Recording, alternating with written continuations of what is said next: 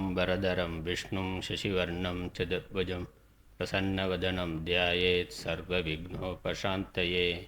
या देवी स्तूयते नित्यं विबुधैर्वेदपारगैः सा मे वसतु जिह्वाग्रे ब्रह्मरूपा सरस्वती। निधये सर्वविद्यानां विषजे भवरोगिणां गुरवे सर्वलोकानां दक्षिणामूर्तये नमः।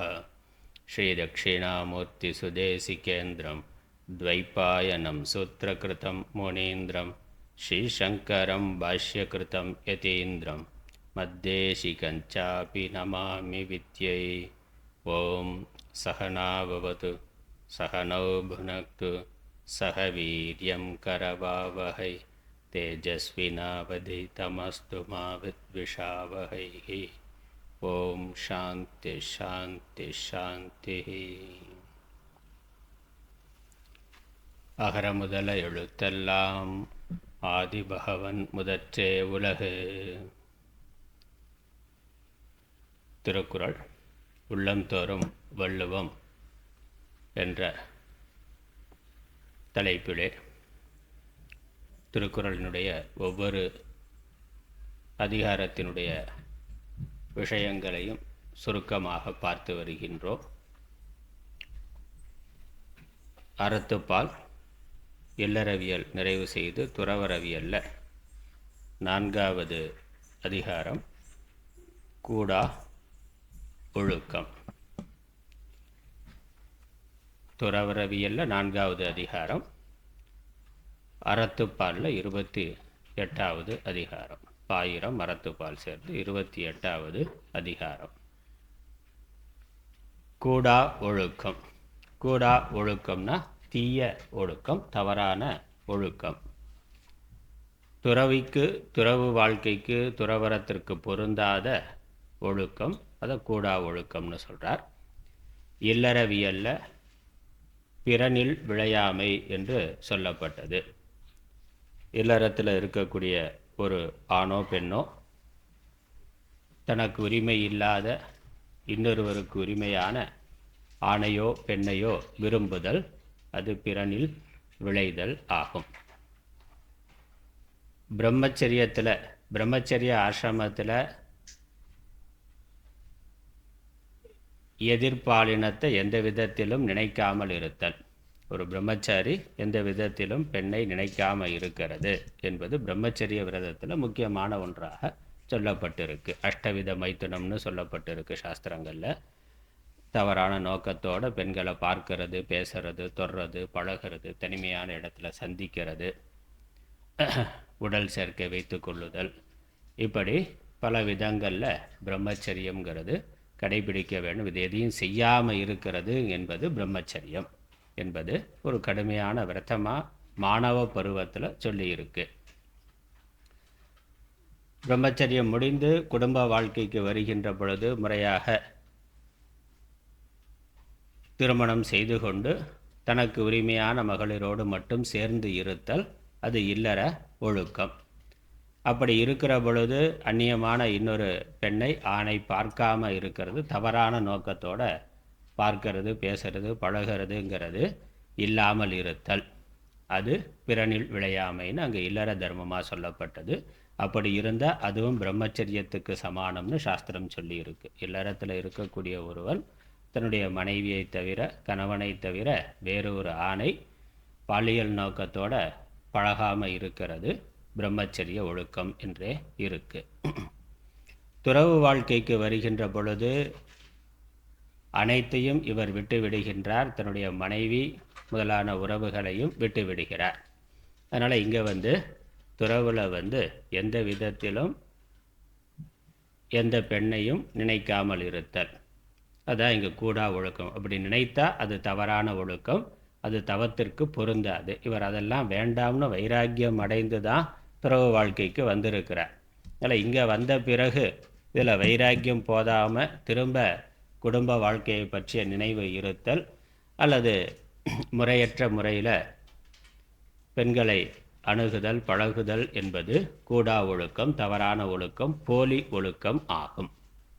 அது தவத்திற்கு பொருந்தாது. அவருடைய லட்சியத்திலிருந்து அவர் தவறியவராக வீழ்ந்தவராக ஆகிவிடுகின்றார். தாம் வைராக்கியத்தினால் விட்ட உடலின்பத்தை மீண்டும் விரும்பி அதன் பின் செல்லும் தவத்தோடு பொருந்தாததாகிய தீய ஒழுக்கம், அதுக்கு தான் கூடா ஒழுக்கம்னு பேர், அது விலக்கப்பட வேண்டியது. தவ வாழ்க்கையில் இருக்கக்கூடியவர்கள், துறவு வாழ்க்கையில் இருக்கக்கூடியவர்கள் இந்த விஷயத்தில் ரொம்ப உறுதியாக இருக்க வேண்டும், கவனமாக இருக்க வேண்டும். இல்வாழ்க்கையில் இருந்தாலுமே ஒரு சங்கல்பம் செய்து கொண்டு குறிப்பிட்ட விரத காலங்களில் ஆண் பெண் சேராமல் இருக்கிறது அப்படிங்கிறது இருக்குது. அது ஒரு மிகப்பெரிய மன வலிமையை தரும், உடல் வலிமையை தரும். அது தவம் ஆகும். முன்னர் அனுபவித்த இல்வாழ்க்கை இன்பம் மனதில் வாசனையாக வெளிப்பட, இந்த வாசனை ஏற்கனவே குடும்பத்தில் இருந்து பல காலம், இந்த பிறவியில் மட்டும் இல்லை, முந்தின அநேக பிறவிகளில் இந்த குடும்ப வாழ்க்கை இன்பத்தை அவன் அனுபவித்திருக்கிறான். அதனால் அது மிக ஆழமாக வாசனையாக இருக்கின்றது. இந்த பிறவியில் விவேக வைராக்கியம் வந்து துறவு வாழ்க்கைக்கு வந்திருக்கிறார். இருந்தாலும் அந்த வாசனையினுடைய பலம் மிகுதியானது.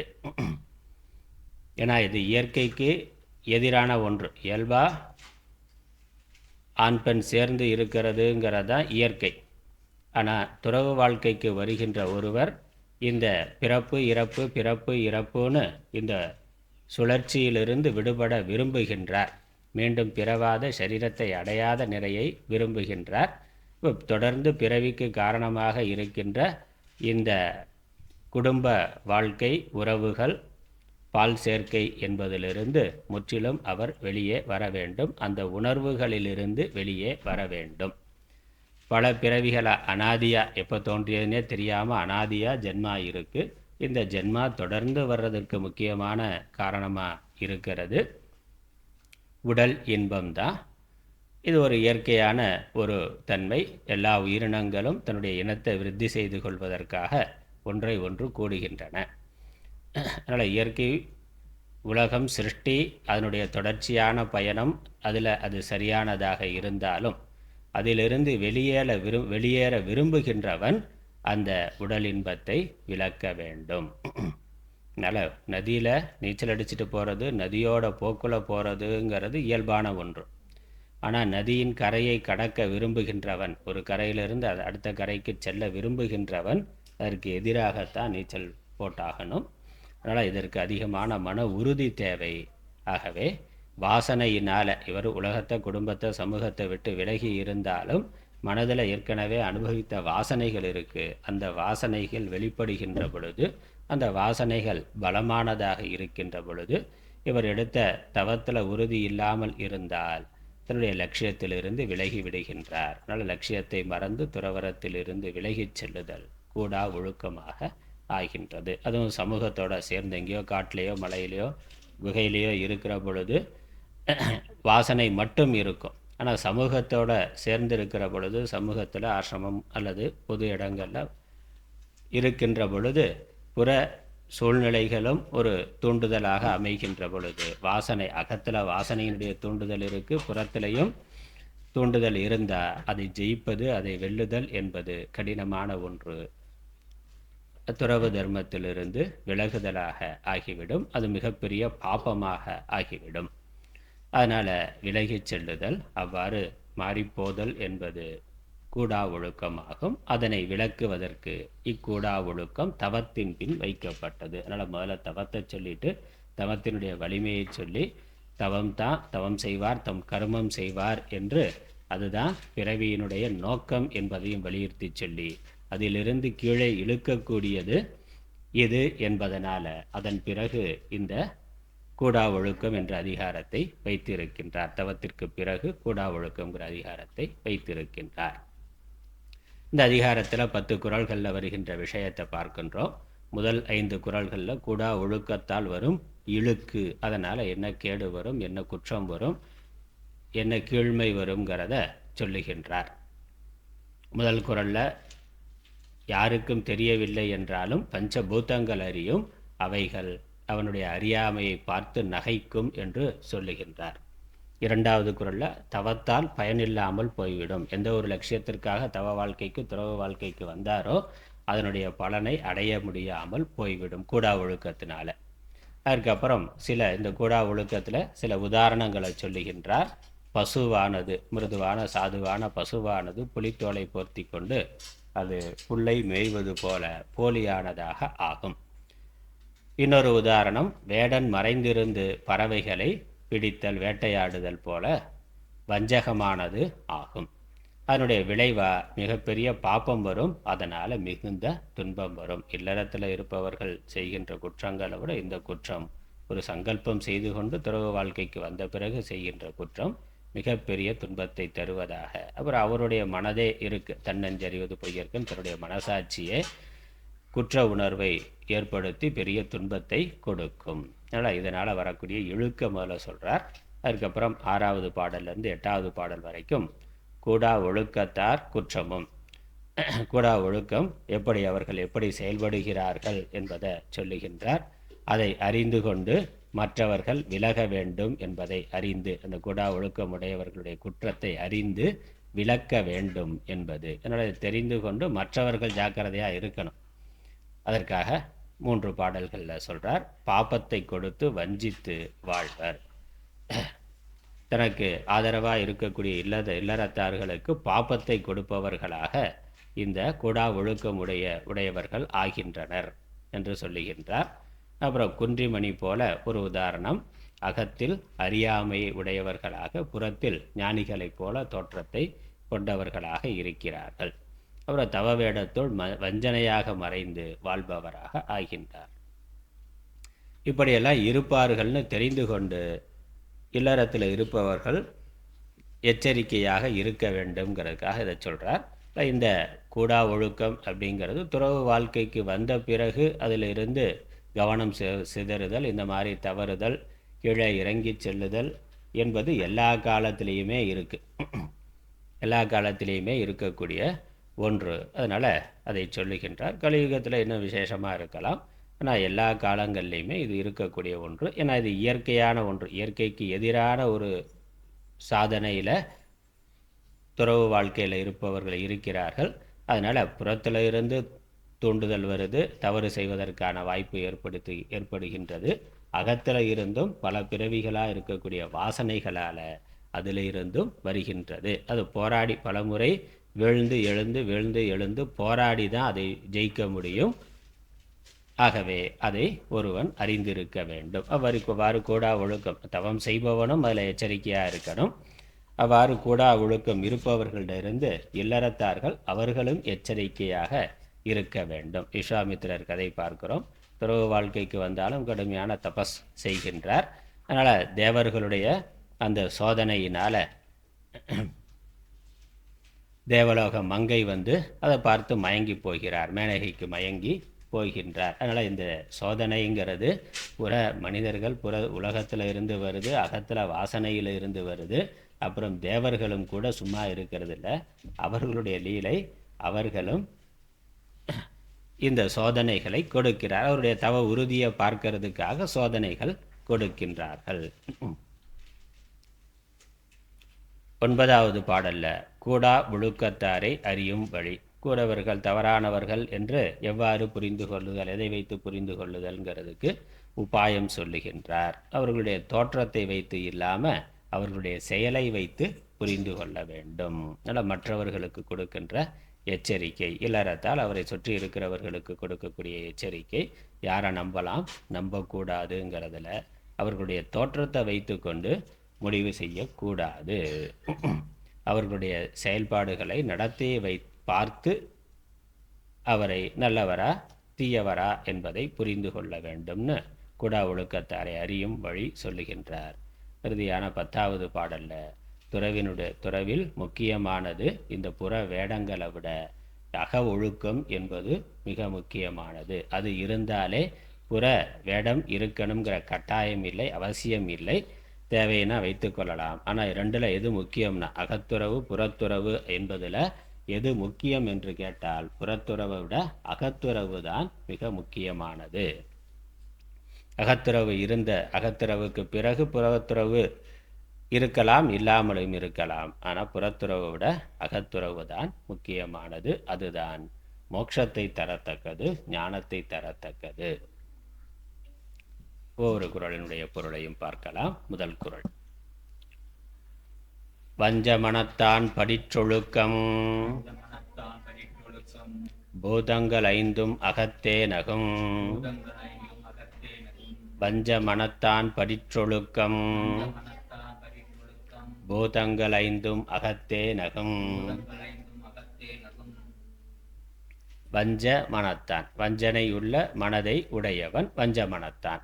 உள்ள ஒன்று இருக்கு, வெளியே ஒன்று, அவர் வெறி தோற்றத்தில் ஒன்று, அவருடைய வார்த்தை செயல்ங்கிறது ஒன்றாக இருக்குது, மனதில் ஒன்று இருக்குது. அதான் வஞ்சனைன்னு சொல்கிறோம். இப்போ வஞ்சனை என்னது? வெளியே ரொம்ப அன்பாக பேசுவான், பண்பாக ரொம்ப உயர்ந்த பண்டிதன் போல பேசுவார், அல்லது நல்ல ஒழுக்கம் உள்ளவர் போல பேசுவார், ஆனால் மனதில் கபடமானது இருக்கும். அவ்வாறு இருக்கிறதுக்கு வஞ்சம் அப்படின்னு பேர். அந்த வஞ்ச மனத்தை உடைய துறவி அல்லது தவம் செய்பவன். புறத்தில் துறவு வேஷத்தில் தவ வேஷத்தில் இருக்கிறார், நான் அனைத்தையும் விட்டு விட்டேன் அப்படிங்கிற ஒரு அடையாளத்தோடு இருக்கிறார். இப்போ சாதாரணமாக இல்லறத்தில் இருக்கிறவனும் வஞ்சனையாக நடந்து கொள்ளலாம், ஆனால் அது புறத்தில் செயலில் தான் தெரியுமே ஒழிய வெளி வேஷத்தில் இல்லை. புறத்தில் மனசில் அவனிடத்தில் வஞ்சனை இருக்கும், வெளிய வார்த்தையில் பேசுவான், அது ஒன்று.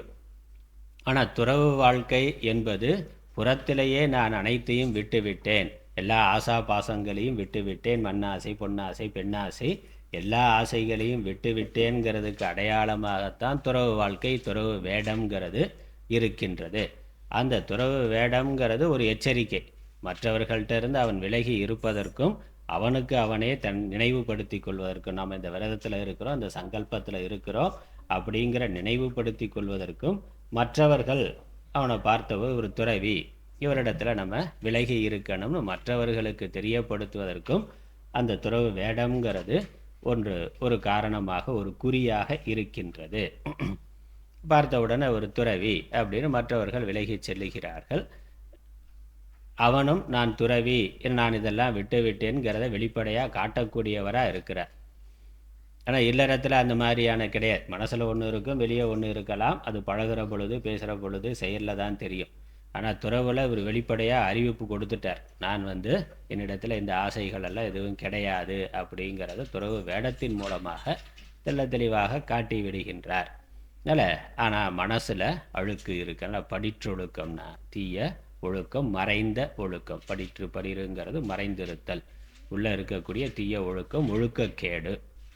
அப்படி அவனிடத்தில் அது இருந்தால் மற்றவர்களுக்கு தெரியாமல், அதாவது வெளியே காட்டிக்கொள்ளுதல், மற்றவர்களிடத்தில் தவறான முறையில், தனிப்பட்ட முறையில் தவறாக ஒரு சிலரிடம் பேசுதல், பழகுதல் என்று ஒரு தப்பான பழக்கமானது அவனிடத்தில் இருந்த, ஊருக்கு தெரியாமல், அதில் ஊருக்கு தெரியாமல் ரகசியமாக வச்சுக்கிட்டு இருக்கிறாருன்னா, இப்போ வேறு யாருக்குன்னு தெரியல அப்படின்னு சொல்லி யாரும் பார்க்கவில்லை, அதனால் ஒன்றும் இல்லைன்னு அவன் நினைக்க முடியாது. அவனுடைய உடம்புல இருக்கக்கூடிய பஞ்சபூதங்கள், சுற்றி இருக்கக்கூடிய பஞ்சபூதங்கள் அதற்கு சாட்சியாக இருக்கின்றன. அதில் யாரையும் ஏமாத்திர முடியாது. மற்றவர்களை, மற்ற மனிதர்களை ஏமாற்றலாம், ஆனால் இயற்கைக்கு பின்னால் இருக்கக்கூடிய தெய்வங்களை ஏமாற்ற முடியாது, கடவுளை ஏமாற்ற முடியாது. அதனால் பஞ்சபூதங்கள் அப்படிங்கிறது, பஞ்சபூதங்கள் ஜடம்தான், ஆனால் அந்த பஞ்சபூதங்களுக்கு பின்னாடி பூதங்களுக்கான தேவத்தை இருக்குது. அந்த தேவதைகள் எங்கும் இருக்கின்றன, அவை பார்த்து கொண்டு இருக்கின்றன. தனக்கு புறத்திலையும் இருக்குது, தன்னுடைய சரீரத்திலையும் இருக்குது, அதை ஏமாற்ற முடியாது. அதனால் மற்ற மனிதர்களுக்கு தெரியாமல் வைத்து கொள்ளலாம், அல்லது சட்டத்துக்கு தெரியாமல் ஏமாற்றலாம். இன்றைக்கு சிசிடிவி கேமரா இருக்குன்னா, அதனால் அதையே ஏமாற்ற முடியலை. எங்கே போனாலும், எங்கே தனியாக இருந்தாலும் தனியாக இருக்கிறோன்னு நாம் நினைக்கிறோமே ஒழிய, ஏதோ ஒன்று நம்மை கண்காணித்து கொண்டே இருக்கின்றதுங்கிறது இருக்குது.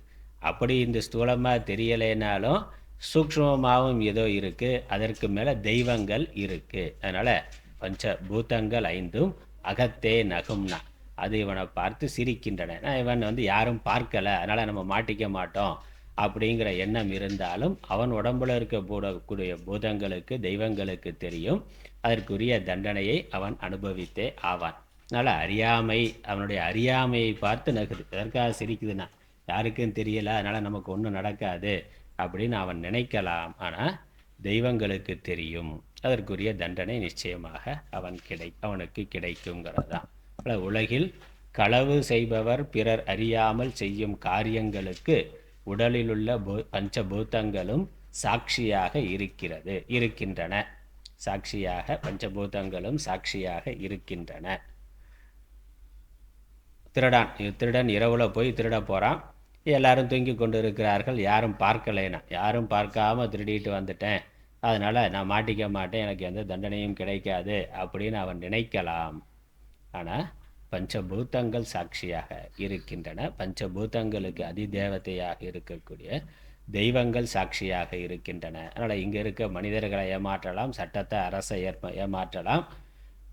குற்றம் பண்ணிட்டு எந்த சாட்சியும் இல்லைன்னு நீதி பிடிபட்டாலும் கோர்ட்டு கேஸுன்னு போய் அங்கே சாட்சி நிரூபணம் இல்லைன்னு வெளியே வர ஆள் இருக்கிறான். அப்படியும் ஒன்றும் மாட்டிக்காமலே தப்பு பண்ணிக்கிட்டு இருக்கிற ஆள் உண்டு. மாட்டிக்கொண்டாலும் கோர்ட்டு கேஸுன்னு போகிற பொழுது போதுமான சாட்சி இல்லைன்னு விடுவிக்கப்பட்ட ஆளும் இருக்கிறான். உண்மையிலே அவன் குற்றம் பண்ணவனாக இருப்பான். சாட்சி இல்லைங்கிறது கோர்ட்டை பொறுத்த வரைக்கும் ஆதாரம் வேணும். அவன் குற்றம் பண்ணியிருக்கான் பண்ணலைங்கிறத விட அதற்கு என்ன ஆதாரம் இருக்குங்கிறதான். இப்போ போதுமான ஆதாரத்தை காவல்துறையினால் காட்ட முடியவில்லை என்றால், சாட்சி காட்ட முடியவில்லை என்றால் அவன் குற்றமற்றவன் என்று சட்டம் விட்டுவிடும். ஆனால் கடவுள்கிட்ட அப்படி பண்ண முடியாது, பஞ்சபூதங்கள்கிட்ட அப்படி பண்ண முடியாது, சாட்சியாக இருக்கின்றன. அதனால் அவன் செய்த செயலையும் அதை அவன் மறைத்தலையும்னா, அதனை மறைத்தலையும் தாம் பார்த்து கொண்டிருக்க யாரும் அறியவில்லை என்னும் அவனது அறியாமையை கண்டு அவன் அறியாமல் தம்முள்ளே சிரித்தலால் அகத்தே நகும் என்றார். செய்த குற்றம் மறையாது ஆகலின் தவம் செய்பவருக்கு கூடா ஒழுக்கம் கூடாது என்பது. அதனால் யாரும் பார்க்கலை அப்படின்னு நினைக்கக்கூடாது. கண்டிப்பாக அதற்கான பாப்பம் வந்தே தீரும். இரண்டாவது பாடல். வானுயர் தோற்றம் எவன் செய்யும், தன்னெஞ்சம் தானறி குற்றப்படின். வானுயர் தோற்றம் எவன் செய்யும், தன்னெஞ்சம் தானறி குற்றப்படின். தன்னெஞ்சம் தான் அறி குற்றப்படின் வானுயர் தோற்றம் எவன் செய்யும். எவன் செய்யும்னா என்ன பயனை தரும். அதனால் என்ன பிரயோஜனம்? தன்னுடைய மனது அறிய தான் ஒரு குற்றத்தை செய்தது. குற்றம்னு தெரிந்து தன்னுடைய மனசாட்சி இருக்குது, அதை ஏமாற்ற முடியாது. உடம்புல இருக்க பஞ்சபூதங்களை ஏமாற்ற முடியாது, சுற்றி இருக்கக்கூடிய தெய்வங்களை ஏமாற்ற முடியாது, தன்னுடைய மனசாட்சியவே ஏமாற்ற முடியாது. மனசு இருக்குது, தனக்கு தெரியும் தான் என்ன குற்றம் பண்ணுகிறேங்கிறது தனக்கு தெரியும். அதனால் தன்னெஞ்சம் தான் அறி குற்றப்படின், தான் அறிந்து தன்னுடைய மனது அறிந்து இது குற்றம்னு தெரிந்து, குற்றம் தெரிந்து ஒருவன் குற்றம் செய்தால் அவனுடைய புறத்தோற்றமானது என்ன செய்யும்? அப்போ புறத்தில் இருக்க அவனுடைய தோற்றமானது அவனை காப்பாற்றாது. புறத்தில் பெரிய ஆச்சாரம் உடையவனா துறவி வேஷத்தில் இருக்கலாம், ஆனால் தன்னுடைய மனசாட்சி தன்னுடைய குற்றத்தை அறிந்திருந்து அவன் குற்றத்தை செய்தால் அந்த தவத்தினால், அந்த தவ வேடத்தினால் பயன் இல்லை. அதான் சொல்கிறேன், தவ வேஷத்தில் இருக்கிறதுனால ஒரு பயனும் இல்லை. எதற்காக தவ வாழ்க்கைக்கு துறவு வாழ்க்கைக்கு வந்திருக்கிறார், எதற்காக ஒரு சங்கல்பம் செய்து கொண்டு தவறு இருக்கிறாரோ அந்த தவத்திற்கான பயன் அவருக்கு கிடைக்காமல் போய்விடும். பொதுவாக எல்லா ஆன்மீக சாதனைகளும் எதுக்கு? மன அமைதி, நிம்மதி, அதற்காகத்தான். அப்போ தான் ஒரு சங்கல்பம் செய்து கொண்டு அதற்கு மாறாக தானே நடக்கிற பொழுது அந்த மனசு அவனை அமைதியாக இருக்க விடுமா? மனசே அவனை பார்த்து சிரிக்கும்ல, நீ ஏமாற்றுகிறாய், தன்னஞ்செறிவது பொய்யற்கேன. அதனால் தன்னஞ்சம் குற்றத்தை அறிகின்ற பொழுது நாம் தப்பு பண்ணியிருக்கிறோம், ஏமாற்றி இருக்கிறோம் அப்படிங்கிற அந்த குற்ற உணர்வு இருக்கிற பொழுது ஒருவன் நிம்மதியாக மன அமைதியோடு இருக்க முடியாது. அப்போ எதற்காக, எந்த ஒரு மன அமைதிக்காக, எந்த ஒரு நிம்மதிக்காக, அல்லது எந்த ஒரு ஞானத்தை அடைவதற்காக, மோட்சத்தை அடைவதற்காக தவ வாழ்க்கைக்கு துறவு வாழ்க்கைக்கு அவன் வந்தானோ அந்த மன அமைதி, அந்த ஞானம் அவனுக்கு கிடைக்காமல் போய்விடும். அதனால் அப்போ அந்த துறவு வாழ்க்கைக்கு வந்ததே வீணாக ஆகிவிடுகிறது. அதான் வானுயர் தோற்றம். வானுயர் தோற்றம்னா வானம் உயர்ந்ததாக இருக்கிற மாதிரி ஒரு உயர்ந்த மற்ற சமூகத்தினால் மதிக்கப்படுகின்ற சாஸ்திரமும் சொல்லியிருக்கு. சந்நியாச தர்மங்கள்லேயே சந்நியாச தர்மம் தான் மேலானதுன்னு சாஸ்திரம் சொல்லுது. ஒரு உயர்ந்த தர்மம், மற்றவர்களாலும் உயர்வாக மதிக்கப்படுகின்ற அந்த தவ வேடம், அதனால் அவனுக்கு என்ன பிரயோஜனம்? ஒன்றும் இல்லை. மற்றவர்கள் எப்படி மற்ற குற்றவாளிகள் சமூகத்தில் இருக்கக்கூடிய இல்லறத்தில் இருக்கக்கூடிய குற்றவாளிகள் எப்படி குற்ற உணர்வோடு இருக்கிறார்களோ அதே குற்ற உணர்வோடு தான் இவன் இருப்பான். அப்போ உயர்ந்த ஒரு தவ வாழ்க்கைக்கு வந்து அதே குற்ற உணர்வோடு இருக்கிறதுங்கிறது பிரயோஜனம் இல்லை. அது ஒன்று. அதுக்கு ஊருக்குள்ளேயே இருந்திருக்கலாமே, சாமானிய மற்ற மனிதர்கள் போலவே இருந்திருக்கலாமே. அதனால் அதனால் பிரயோஜனம் இல்லைன்னா துறவு வாழ்க்கைக்கு வந்து எதற்காக வந்தாரோ அந்த பயனை இழந்து விடுகின்றார்.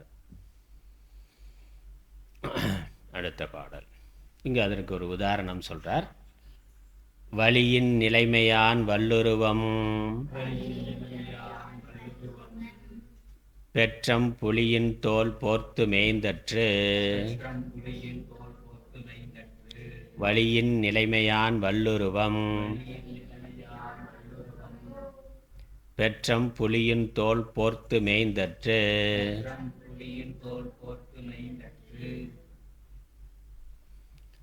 வலியின் அப்படிங்கிறது வலியில், வலி இல்லாத, வலிங்கிறது வலிமைங்கிற அர்த்தம். வலின்னா உடம்புல வரக்கூடிய வலி அல்ல, வலிமை. வலிமை இல், வலிமை இல், வலியின்கிறது வலியில். வலியில்னா வலிமை இல்லாத நிலைமையான், அந்த சக்தியில் புலனடக்கம் மன அடக்கம் பண்ண முடியாத சக்தி இல்லாதவன், தவ ஒழுக்கத்தை கடைபிடிக்கக்கூடிய மன வலிமை இல்லாதவன். வல்லுருவம், ஒரு வலிமையான இந்த துறவு வேடம்ங்கிற வல்லுருவம்ங்கிறது ஒரு வலிமையான தோற்றம், துறவு வேடம், வலிமையான துறவு வேடம். வல்லுருவம்னாக்கா ஒரு உறுதியான சந்நியாசம்னா ரொம்ப வைராக்கியத்தோட சந்நியாசத்துக்கு வந்திருக்கிறார். மற்ற எல்லோரும் உலக வாழ்க்கையில் சின்ன சின்ன அல்பமான விஷயங்களுக்கு அலைந்து கொண்டிருக்கிற பொழுது அதெல்லாம் வேண்டாம் என்று ஒரு உறுதியோட துறவு வாழ்க்கைக்கு வந்திருக்கிறார்.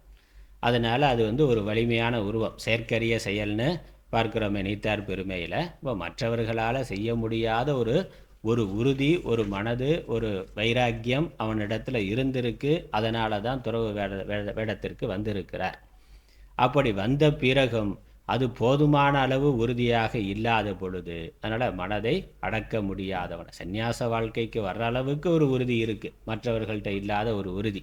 ஆனால் வந்ததுக்கு அப்புறம் அதில் நிலை பெற்று இருப்பதற்கான உறுதி இல்லை. அந்த அளவுக்கு பலம் இல்லாத பொழுது அது என்ன இருக்குது? அதனால் அந்த பலம் குறைந்து போய் அவன் தவறான ஒழுக்கம், கூடா ஒழுக்கத்துக்கு போனான் என்றால், தர்ம விரோதமான துறவு தர்மத்திற்கு விரோதமான ஒரு செயலை மறைத்து அவன் செய்வான் என்றால் அது எது மாதிரினா, பெற்றம் புலியின் தோல் போர்த்து மேய்ந்து அற்று, மேய்ந்தது போல. பெற்றம்னா பசு, பசுவுக்கு ஒரு பெயர், பசுவுக்கான ஒரு பெயர் பெற்றம் என்பது. பெற்றம்னா பசு. பசுவானது புலித்தோலை போர்த்தி கொண்டு புல்லை மேய்வது போல. அதான் உதாரணம். பொதுவாக பசுத்தோல் போர்த்திய புலின்னு சொல்லுவோம். புலி பசுவோட தோலை போர்த்தி கொண்டு பசு கூட்டத்தோட மந்தையோடு சேர்ந்து இருந்து ஏமாந்த நேரத்தில் வேட்டையாடி சாப்பிட்றதுங்கிறது பழமொழி இருக்குது. பசுத்தோல் போர்த்திய புலி பார்க்குறதுக்கு ரொம்ப சாதுவாக இருக்கிறான், ஆனால் உள்ள ஒரு புலித்தன்மை மற்ற நல்லவர்களோடு சேர்ந்து இருந்து தனக்கு சாதகமான காரியத்தை செய்து கொள்ளுகிறார்கள். பசுத்தோல் போர்த்திய புலி. மாணவர்கள் வேஷத்தில் என்னன்னா நீட்டுக்கு எதிரான போராட்டத்தில் யாருன்னா எல்லாம் குற்றவாளிகள் கலந்து, அப்போ என்ன பசுத்தோல் போர்த்திய புலி. நிறைய மாணவர்கள் அவன் ஏதோ ஒரு ஆதங்கத்தில் போராடுறான். ஒரு நியாயமான போராட்டமாக இருக்கலாம். அது நியாயமாங்கிறது அப்புறம் வேறு, ஆனால் நியாயமான காரணங்கள் இருக்குது. அப்படி மாணவர்கள் அவர்களுடைய வாழ்க்கைக்காக ஒரு நியாயத்துக்காக போராடுற பொழுது தீவிரவாதிகள், சட்டவிரோதமானவர்கள், குற்றவாளிகள் அவனும் மாணவன்கிற போர்வையில் சேர்ந்து போராடினான என்னது? பசுத்தோல் போர்த்திய புலி. அதனால் தேச விரோதிகள், குற்றவாளிகள், அவன் தேசத்துக்கு எதிரான ஒரு ஆளுங்கட்சிக்கு எதிராக ஒரு வாய்ப்பு கிடைச்சது அப்படின்னு எதிர்கட்சிகளும் மற்ற தேச விரோதிகள் குற்றவாளிகள் எல்லாம் அது மாணவர்களோட மாணவர்களாக இருந்து போராட்டம் பண்ணுகிறார்கள். அப்படின்னா அது என்னது? பசுத்தோல் போர்த்திய புலி. இங்கே உதாரணம் மாற்றி எப்படி சொல்கிறாரு? புலித்தோல் போர்த்திய பசுனா, புலியோட தோலை போர்த்தி கொண்டு பசுமாடு புல்லை மேய்ந்து கொண்டு இருக்குது. ஒரு வயல்வெளி இருக்குது, வயல்வெளியில் ஒரு புலி நிற்கிதுன்னா அப்போ அதை பார்க்குற அந்த வயல் சொந்தக்காரர் விவசாயி என்ன பண்ணுவார், ஏதோ புலி ஒன்று பக்கத்தில் போக முடியாது, பயம். அது புளியை போய் என்ன பண்ணுறோம், தனியால் போய் புளியை விரட்ட முடியாது. இன்னொன்று வயல்வெளியில் புல்வெளியில் புலி இருந்தால் அதனால் ஒன்றும் அவருக்கு ஒன்றும் ஆபத்து கிடையாது. ஏன்னா இந்த பயிரை புல் சாப்பிடாது. பசித்தாலும் புலி புல்லை தின்னாதுன்னா, அதனால் அது ஏதோ வந்திருக்கு பார்த்துட்டு போயிடும், அவ்வளோதான். இந்த பயிருக்கு, அவர் விவசாயம் பண்ணியிருக்கக்கூடிய பயிருக்கு அந்த புலியினால் ஆபத்து இல்லை. அதனால் அதை விரட்டணுங்கிற அவசியம் இல்லை. இன்னொன்று பயம். பக்கத்தில் போய் விரட்டினா நமக்கு உயிருக்கு ஆபத்து வந்துடும், அதுக்கு புல் அது சாப்பிட்டாலும் பரவாயில்லைங்கிற பயம் இருக்குது. அதனால் அவர் அதை துரத்த மாட்டார். அப்படி அந்த காரணத்துக்காக இந்த பசுவானது ஒரு புலியினுடைய தோலை போர்த்தி கொண்டு என்ன பண்ணுது, புல்லை மேய்ஞ்சிக்கிட்டு இருக்குன்னா அந்த விவசாயிக்கு ஏமாற்றி புல்லை மேய்ந்து கொண்டு இருக்கின்றது. அதுதான் இங்கே உதாரணம். மனதையும் பொறிகளையும் அடக்கும் வல்லமை இல்லாத ஒருவன் அனைத்தையும் துறந்த துறவியைப் போல வேடமணிந்து கூடா ஒழுக்கம் பயில்வது. அதில் வெளியே போட்டிருக்கிற வேஷம் வேற, அப்புறம் திரைக்கு பின்னாடி பண்ணுற வேலை வேறன்னா. வலிமை இல்லாத பசுவானது புல் தின்னாத புலியினுடைய தோலை போர்த்தி கொண்டு புல்லை மேய்வது போன்றதாகும். ஏன் எப்படி உதாரணம் சொல்கிறாருன்னா, மாற்றி ஏன் உதாரணம் சொல்கிறாருனாக்க, இந்த துறவி வேஷங்கிறது ஒரு வலிமையானது. அதனால் வலிமையான புலிக்கு உதாரணமாக சொல்லியிருக்கிறார். துறவிங்கிறவர் அவர் ஒரு வைராக்கியம் தீவிரமான, அதனால தான் புலித்தோலில் உட்காந்து தியானம் பண்ணுறதுன்னா. சன்னியாசிகள் புலித்தோலில் வைத்திருக்கிறார்கள், பசுத்தோல் அல்லது புலித்தோல்னா. அதில் மான் தோல் அல்லது புலித்தோலில் உட்காந்து தியானம் பண்ணுறதுன்னு சன்னியாசிகள் வச்சுருக்கிறத பார்க்குறோம். இப்போ இல்லை, இப்போ வச்சுருந்ததுக்கு உள்ளே வச்சுருவான். அந்த பழைய காலத்தில் சன்னியாசி என்னென்னா புலித்தோல் உடுத்தி இருப்பார், இல்லை புலித்தோலை அல்லது மான் தோலையோ உட்காந்து விரித்த ஆசனத்துக்காக அதை வைத்திருப்பார். அப்போ இயற்கையாக இறந்து போன அந்த விலங்கினுடைய தோலை ஆசனமாக அவர் பயன்படுத்தினா, அப்போ வெல்வெட்டு துணியெல்லாம் கிடையாது இல்லை, அதனால் அதை அவர் வைத்திருக்கிறார். அப்புறம் அதனுடைய வைராக்கியத்தை ஒன்று மான் தோல்னா மானோட அந்த மிருதுத்தன்மை, அந்த சாந்தமான ஒரு குணம் அதனுடைய ஒரு அடையாளமாக வைத்திருக்கிறார். இந்த புலிங்கிறது என்ன பசித்தாலும் அது புல்லை தின்னாது. இந்த அல்பமான உலக வாழ்க்கை, உலக சுகமெல்லாம் அல்பமானது, புல் மாதிரி அப்படின்னு நினைத்து அவர் ஒரு வைராக்கியத்தோடு எல்லாத்தையும் துறந்து விட்டு வந்திருக்கிறார். அதனால் அங்கே புலித்தோலை வைத்திருக்கிறார்னா, அந்த மாதிரி ஒரு வலிமைக்கு உதாரணமாக புலி இருக்குது. துறவு வாழ்க்கைங்கிறது அதற்கு ஒரு மனோ வலிமை தேவை. அதனால் புலிக்கு உதாரணமாக சொல்லியிருக்கிறார். அதுக்கப்புறம் புலி பசித்தாலும் புல்லை தின்னாது என்பதனாலும் காவலர் பயத்தால் துரத்த மாட்டார் என்பது போல துறவிகள் வைராக்கியமுடையவர் என்ற நம்பிக்கையாலும், துறவிகள் அவர்கள் பரிபூர்ண ஞான வைராக்கியத்தோடு இருக்கிறார்கள் அப்படிங்கிற நம்பிக்கையோட மற்ற பெண்கள் அல்லது ஆண்கள் தன்னுடைய குடும்பத்து பெண்களையோ குழந்தைகளையோ நம்பி ஒரு துறவியை பார்க்கறதுக்கு, நமஸ்காரம் பண்ணுறதுக்கு, பூஜை பண்ணுறதுக்கு அனுப்புகிறார். பொதுவாக ஆண்கள் தன் வீட்டு பெண்களை மற்ற புற ஆண்களோடு சேர்ந்து பழகிறதுக்கு அனுப்புறது இல்லை, அது இருக்குது. ஆனால் ஒரு துறவி வருகிறார்னா அந்த துறவிக்கு தொண்டு செய்கிறதுக்கு, சேவை செய்கிறதுக்கு, பூஜை பண்ணுறதுக்கு பெண்கள் போகிறார்கள். பெண்களை அந்த ஆண்கள் அனுமதிக்கிறார்கள், அந்த குடும்பத்தில் இருக்க ஆண்கள் அனுமதிக்கிறார்கள். இதை நம்ம புராண இதிகாச கதைகளில் பார்க்கின்றோம். அப்போ வேறு எந்த ஆணையும் அவர்களுக்கு போய் தொண்டு செய்கிறதுக்கு தன் வீட்டு பெண்களை அனுப்புறது இல்லை. ஆனால் ஒரு துறவி வந்தாக அந்த துறவிக்கு தொண்டு செய்வதற்கு அனுப்புகிறார்கள். எதனால்?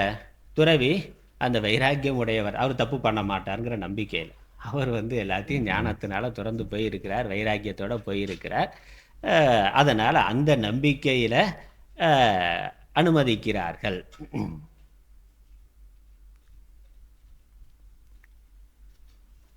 அதனால் கிருஷ்ணருடைய தங்கையை அர்ஜுனன் துறவி வேஷத்தில் போனானா, துறவி இதில் பார்க்குற மகாபாரத கதையில் துறவி வேஷத்தில் போனார்னா அந்த புறத்துக்கு துறவி வேஷத்தில் போனார். அதனால் கிருஷ்ணருடைய தங்கையை அவர் தப்பான துறவி வேஷத்தில் தான் போனான், அவளை பழகி அவளை தூக்கிட்டு வர்றதுக்கு தான் போனான். ஆனால் அங்கே என்னென்னா அந்த புறத்தில் இருக்கக்கூடிய இளம் பெண்கள் துறவியாக வந்திருக்கிறார், அவருக்கு தொண்டு செய்யட்டும் அப்படின்னு சொல்லி அவரை அனுப்பிச்சிட்டார், ராஜாவும் அனுப்பிச்சிட்டார். அதுக்கப்புறம் அவன் வந்து தூக்கிட்டு வந்துட்டான். அது அது அந்த மாதிரி. அப்போ என்னென்னா நம்பிக்கையோடு அனுப்புகிறார்கள். அவன் துறவி வேஷத்தில் போனால் அது வேறு, ஆனால் துறவியாகவே இருந்து கொண்டு துறவி உண்மையான துறவி வைராக்கியம் உடையவர்களாக இருப்பாருங்கிற நம்பிக்கையோடு அனுமதிக்கிறார்கள். அப்புறம் துறவின அவர் நல்லா தபஸ் பண்ணியிருப்பார், சாப அனுக்கிரக வல்லமை அவருக்கு இருக்குது, அதனால் கொஞ்சம் ஜாக்கிரதையாக அவர்கிட்ட இருந்துக்கணும். கோபம் வந்தால் சாபம் கொடுத்துருவார்னா, கோபம் வந்தாக்கா அவர் சாபம் கொடுத்துருவார். அதனால் இந்த இல்லறத்தில் இருக்கிறவர்கள் கொஞ்சம் பயந்து எச்சரிக்கையாகவே இருக்கிறார்கள். ஆனால் இதை தனக்கு சாதகமாக பயன்படுத்தி கொண்டு அந்த துறவி தவறான கூடா ஒழுக்கமுடையவராக இருந்தால் அது ஏமாற்றுவது ஆகும். அதனால் மனதை அடக்கும் வலிமை இல்லாத துறவி மனம் போன போக்கில் செல்லுதல், துறவு வேடம் போர்த்து ஏமாற்றுதல் ஆகும். அது அந்த இல்லறத்தார நம்பி வந்தவர்களை ஏமாற்றுவது ஆகும். அடுத்த பாடம். தவம் மறைந்து அல்லவை செய்தல், புதன் மறைந்து வேட்டுவன் சிமிழ்த்தற்று. தவமறைந்து அல்லவை செய்தல், புதன் மறைந்து வேட்டுவன் சிமிழ்த்தற்று. இன்னொரு உதாரணம் சொல்றார். வேட்டுவன்னா வேடுவன், வேடன். ஒரு வேடன் பறவையை பிடிக்கிறதுக்காக மறைந்திருந்து புதரில் மறைந்து, புதன்கிறது புதரில் மறைந்து இருந்து, வெளியே தெரியாமல் மரத்துக்கு பின்னாடியோ புதர்லையோ மறைந்து இருந்து ஒரு பறவை, அது மேய்ந்து கொண்டு இருக்கக்கூடிய பறவையை அம்பு விட்டு வேட்டையாடுகிறான். மறைவாக இருந்து வேட்டையாடுகிறான். முதல்ல தன்னை நம்பி பக்கத்தில் வரக்கூடியவர்களை ஏமாற்றுகிறான், அது நம்பிக்கை துரோகம். நம்பி பக்கத்தில் வர்றவர்களை ஏமாற்றுகிறான், அதற்கு அந்த உதாரணம். இங்கே என்னன்னா மறைந்திருந்து வேட்டையாடுதல் போல இந்த தவ வேடத்தில் மறைந்திருந்து கூடா ஒழுக்கத்தை இவன் செய்கின்றான், தவறான செயல்களை செய்கின்றான். அல்ல தவம் மறைந்து அல்லவை செய்து, தன்னுடைய தவத்தை மறைத்து அல்லவை செய்தது. தவ வேடத்தில் இருந்து தன்னுடைய மனதில் இருக்கக்கூடிய காமத்தை மறைத்து வைத்து கொண்டு வாய்ப்பு கிடைக்கிற பொழுது வேட்டையாடுகிறான், வேட்டையாடுதலை போல செய்கின்றான். ரொம்ப நல்லவன் மாதிரி பேசி பழகி அவர்களை தவறாக பயன்படுத்தி கொள்ளுகின்றான். இது ஒரு துரோகம்தான். தவம் செய்வதற்காகவே துறவு வாழ்க்கை. ஆனால் துறவி வேடத்திலிருந்து தவம் செய்யாமல் பிறர் மனைவியை விரும்புதல் போன்றவற்றை செய்தல் வேடன் பறவைகளை மறைந்திருந்து பிடிப்பது போலாகும். காமம் போன்ற தீய குணங்கள் உள்ளவனாக இருந்து பாப்பச் செயல்களை செய்பவன் துறவி வேடத்தில் இருப்பது வேடன் மறைந்திருந்து வேட்டையாடுதல் போன்றது ஆகும். அதை ஒரு பாப்பம், வேடன் வேட்டையாடுறதுங்கிறது ஒரு பாப்பச் செயல். தன்னுடைய உணவுக்காக பிற உயிர்களை கொண்டுதல் அப்படிங்கிறது பாப்பச் செயல். அந்த மாதிரி தன்னுடைய சுயநலத்துக்காக பிறரை தவறான ஒழுக்கத்துக்கு கொண்டு வர்றது அது பாப்பச் செயல். 5வது குறள். இப்படி இருந்தால் என்ன ஆகும்? அவன் பெரிய துன்பத்தை அனுபவிப்பான். அதனுடைய பலனை சொல்றார். இந்த கூடா ஒழுக்கத்தினால் அவனுக்கு வரக்கூடிய கேடு சில அந்த நேரத்துக்கு அது சுகம் போல இருக்கலாம், ஆனால் பெரிய பாப்பமானது அவனுக்கு வந்து சேரும். பற்றற்றேம் என்பார் படிற்றொழுக்கம் ஏற்றென்று ஏதம் பலவும் தரும். பற்றற்றேம் என்பார் படிற்றொழுக்கம் ஏற்றென்று ஏதம் பலவும் தரும். பற்று அற்றேம் என்பார், எல்லா பற்றுக்களையும் நான் விட்டுவிட்டேன் என்று அவர் புறத்தில் சொல்லி கொண்டு இருக்கிறார். வேஷமும் அந்த மாதிரி இருக்குது, அவருடைய வேடமே அதை காமிக்கின்றது. நான் அனைத்தையும் துறந்து விட்டேன், எல்லா பற்றுக்களையும் விட்டு விட்டேன்கிற அடையாளமாகத்தான் அவர் காவி உடை உடுத்தி இருக்கிறார். எல்லா நகை நற்று எந்த ஆபரணமும் போட்டுக்கொள்றதில் விதவிதமாக உடைகள் உடுத்துவது இல்லை. ஒரே நிறம், மண்ணோட நிறம், அந்த நிறத்தில் ஒரு ஆடையை உடுத்தி கொண்டு மற்ற எல்லாவற்றையும் துறந்து பொருள் மற்ற எல்லாவற்றையும் துறந்து இருக்கிறார். அப்புறம் உபதேசமும் என்னன்னா எல்லா பற்றுக்களையும் விட்டு துறவினான் அப்படின்னு அவர் சொல்லி கொண்டு இருக்கிறார். என்பார்னா நான் பற்றுக்களை விட்டுவிட்டேன் என்று புறத்தில் காட்டி கொண்டிருப்பவர், வாய் வார்த்தையில் சொல்லி கொண்டிருப்பவர் எனக்கு எந்த ஆசையும் இல்லை என்று சொல்லி கொண்டிருப்பவர். ஆனால் மனதில் இருக்கு. ஆனால் படிற்றொழுக்கம்னா அவருடைய தவறான ஒழுக்கம். புறத்தில் பிறருக்கு அறியாமல், பொதுமக்களுக்கு மற்றவர்களுக்கு தெரியாமல் ஒரு தவறான ஒழுக்கம் வைத்திருந்தார் என்றால் எற்று எற்று என்று ஏதம் பலவும் தரும். ஏதம்னா துன்பம், பலம்னா மிகுந்த துன்பத்தை அது கொடுக்கும் பின்னாடி. அதனால் அனுபவிக்கிற பொழுது அது சுகமாக இருந்தாலும் அனுபவித்த பிறகு குறிப்பிட்ட காலத்திற்கு பிறகு என்ன செய்து விட்டோம் என்று வருந்துமாறு. அதில் எற்று எற்றுனா என்ன, இப்படி பண்ணிட்டோமே, நம்ம போட்டிருக்கிற வேஷம் என்ன, செய்கிற வேலை என்ன, அதற்காக சந்நியாச வாழ்க்கைக்கு வந்து இப்படி நழுவி கீழே போய்விட்டோமே அப்படிங்கிற அந்த குற்ற உணர்ச்சி இருக்குமே, அதுவே ஒரு பெரிய துன்பத்தை கொடுக்கும். அதனால் அவருடைய மனசு, ஏன்னா வாழ்க்கையில் எதை சாதிக்கிறதுக்காக அனைத்தையும் துறந்து வந்தாரோ, இல்வாழ்க்கை, குடும்ப வாழ்க்கை அனைத்தையும் தியாகம் பண்ணிட்டு வந்திருக்கிறார். எல்லா லௌகிக்க சுகங்களையும் விட்டு வந்திருக்கிறார். இங்கே வந்து ஏதோ ஒரு சபலத்தினால, ஏதோ ஒரு சலனத்தினால குற்றம் செய்த பிறகு அவருடைய வைராக்கியம்னு, இயற்கையான வைராக்கியம்னு ஒன்று இருக்குல்ல, அப்போ அந்த நல்ல மனசு ஏதோ ஒரு விவேகத்தினால தான் வந்திருக்கிறார். அப்போ அந்த நல்ல மனசு என்ன பண்ணும், நம்ம வந்தது என்ன, செய்கிற வேலை என்ன, செஞ்சிருக்கிற வேலை என்னன்னு அதன் பிறகு அவருக்கு குற்ற உணர்வாக இருக்கும். அதனால் என்ன செய்து விட்டோம்னு ஒரு பெரிய துன்பத்தை அது கொடுக்கும். அல்லது அந்த பாப்பத்தினுடைய விளைவு வருகின்ற பொழுது கண்டிப்பாக ஒரு நாள் அது வெளியே வரும். அவர் செய்த குற்றமானது வெளியே தெரிகின்ற பொழுது இதுவரைக்கும் சமூகத்தில் இருந்த மதிப்பானது போய்விடுகிறது. குற்றவாளியாக பார்க்கப்படுகிறார். சிறையில் இருக்கலாம், சிறைக்கே போகலாம், அல்லது சமூகத்தினால் நம்பி சுற்றி இருந்த மனிதர்களால் புறக்கணிக்கப்படலாம். ரெண்டுமே.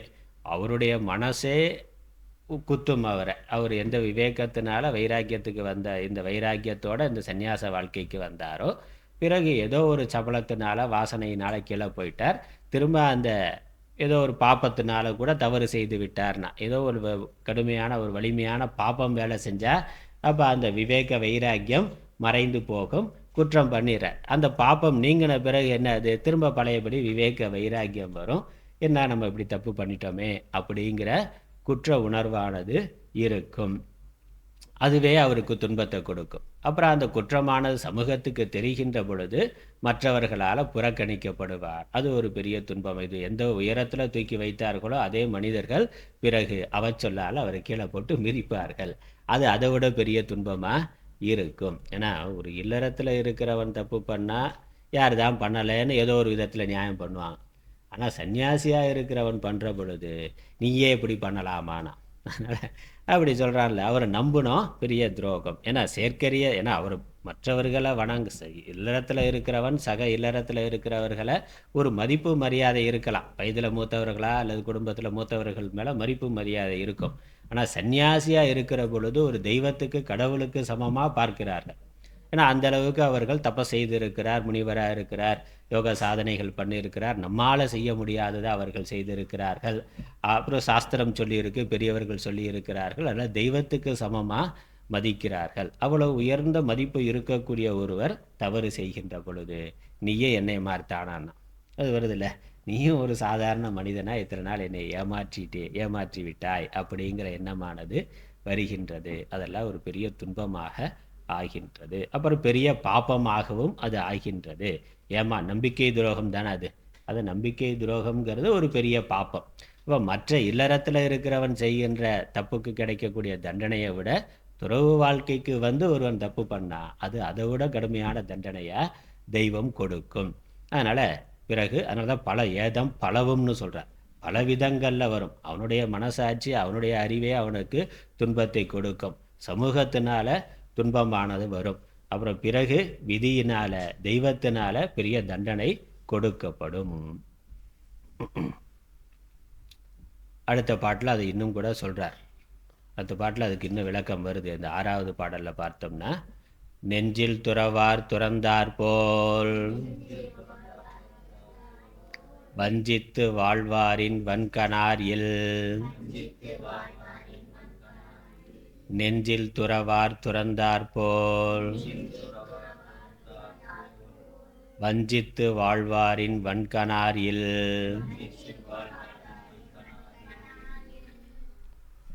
நெஞ்சில் துறவார், மனதுல துறவு இல்லாமல், அகத்துறவு இல்லாமல், மனசுல ஆசாபாசங்கள் விருப்பு வெறுப்புகள் நீங்காமல், காமம் முதலானவை நீங்காமல். அப்போ விவேக வைராக்கியத்தினால அதை மனதிலிருந்து நீக்கி கொள்ள வேண்டும். அதான் நம்ம ஆன்மீகத்தில் சாதன சதுஷ்டயன்னு சொல்கிறோம். புலனடக்கம், மன அடக்கம், விவேகத்தினால வைராக்கியத்தை வளர்த்து கொள்ளுதல்.